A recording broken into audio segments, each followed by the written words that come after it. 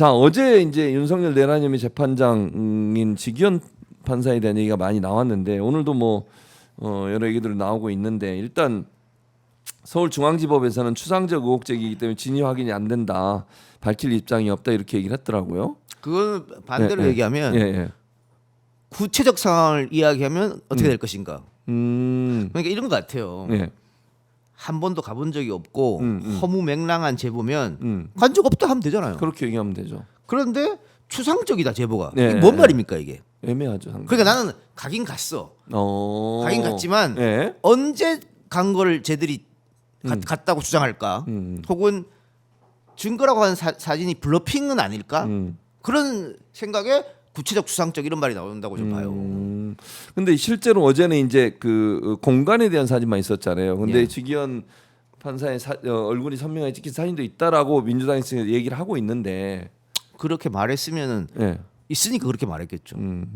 없는데 그렇게 말했겠습니까? 그건 좀 어렵죠, 사실은. 없는데 그렇게 말했다면 그건 민주당의 실수죠, 그거는. 어떤지 사실 제보가 네. 방송국에도 많이 오고 언론사에도 많이 가고 국회에도 많이 가고 저 같은 사람한테 제보가 굉장히 많이 해요. 아, 그래요? 근데 기본입니다. 크로스 체크는 그렇죠. 한 명한테 들어서는 절대로 안 돼요. 그래서 크로스 체크해서 다른 네. 쪽에 들어보고 확실하다 싶을 때 보도를 하거든요. 그래서 저는 사실은 다른데 줘요. 내가 MBC에 던져준 적도 있고 네. 뉴스공장에 던져준 적도 있고 네. 왜 나보다 더 큰 데서 해야 이게 효과가 있으니까 훌륭한 사람이지. 그렇게 위험해서 그런 건 아니죠? 혹시 본인이 아이 위험했을 때? 말참. 다들 단독 특종 욕심 있어가 다 자기 할 일이요. 아, 그래요? 탁 넘겨줍니다. 이렇게. 오, 넘겨준다. 알겠습니다. 지기현은 아직까지 아니다는 분명한 얘기를 하고 있는 상황은 아니고 그렇죠. 또 2월부터 뭐 들리는 소식이 하면 여러 매체가 취재 중이었다는 얘기도 있던데 이건 어떻게 생각하세요? 그러니까 그게 예. 복수의 증언자한테 나왔는지 음. 한 사람의 제보자가 음. 여러 군데의 매체에다가 얘기를 했는지 예. 그건 알 수가 없는 거잖아요. 그건 알 수가 없다. 그리고 과연 증거가 있는지. 예. 왜냐하면 그 굉장히 프라이빗한 장소이기 때문에 그렇죠. 증거를 갖고 있기가 힘들어요. 그렇죠. 동행하지 않으면. 그렇죠. 예.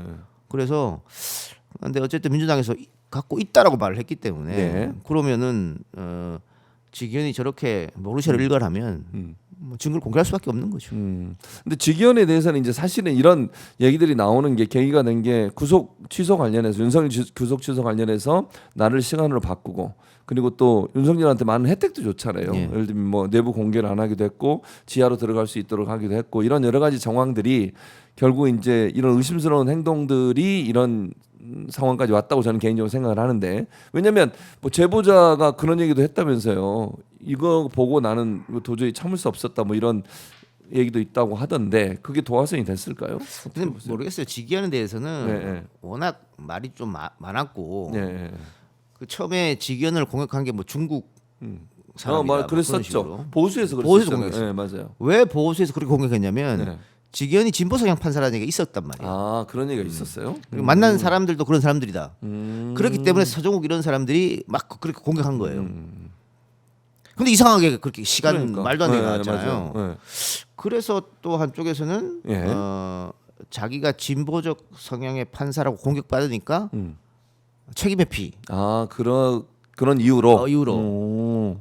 뭐 그랬던 얘기도 있고 알 수가 없죠. 알 수가 없는데 어쨌든 그때 이후로 지금까지 계속 조금 갸우뚱한 모습을 보여줬기 때문에 네. 공정하지 않은 모습을 보여줬기 때문에 네.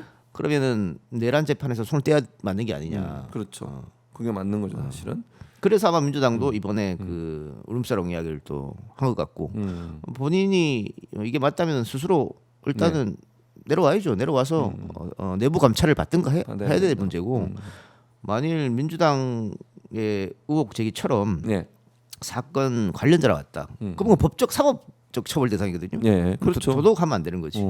이건 보니까 사세행위라고 시민사회단체가 공수처에 뇌물 청탁 금지법 위반 혐의로 고발을 했고 그리고 오늘 이제 검사를 위한 검사들의 모임이라는 모임인데 거기서도 고발하겠다고 얘기를 하더라고요. 그럼 이제 일단 수사는 이루어지겠죠? 어떻게 그러니까 사법부의 자체적인 감찰은 어떻게 될지 모르겠지만 수사는 어떻게 될 거라고 보세요? 근데 수사 시작되는데 네. 뭐 예를 들면 지기현이 아니다. 그럼 수사를 어떻게 합니까? 증거가 없으니까. 그렇죠. 증거가 없으니까.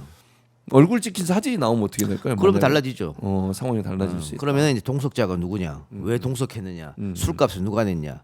그걸 이제 술값은 그 술집에 물어보고 본다거나 예. 뭐 카드로 계산했으면 카드 나오겠죠. 계좌이체를 했으면 계좌이체 나올 거 아닙니까? 그러면은 그 파고 들어가면 되니까 그건 뭐 어려운 문제가 아니에요. 그다음에 동석했던 뭐 여성들 뭐 얼마든지 할 수 있어요. 그건. 예. 그리고 만약에 누가 접대를 했다고 하면 그 접대한 사람의 목적이 뭔지 이것도 밝혀야 그렇죠. 되겠죠. 근데 예를 들어 아무런 증거가 없다. 그럼 힘듭니다. 그거. 그건 힘들다. 그럼 민주당이 앞으로 어떻게 대응하나 좀 지켜봐야 그렇죠. 되겠네요. 그건. 네. 한동훈이 이런 얘기를 했어요.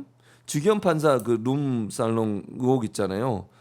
이렇게 일종의 캐비넷류의 이야기다. 이게 애매모호한 말이네. 캐비넷류의 이야기다. 이렇게 얘기했다는 거예요.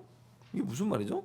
인정한 꼴이야? 아니면 뭐 기사 내용을 제가 봐야겠는데 그런 얘기인데 더킹을 인용을 해가면서 더킹에 그런 얘기 나오잖아요. 캐비넷 들고 가가지고 그러니까 그런 차원에서 한 게 아니냐 이렇게 얘기한 것 같은데 아니 민주당이 캐비넷이 어디 있어요? 권력을 없죠. 안 갖고 있는데. 응.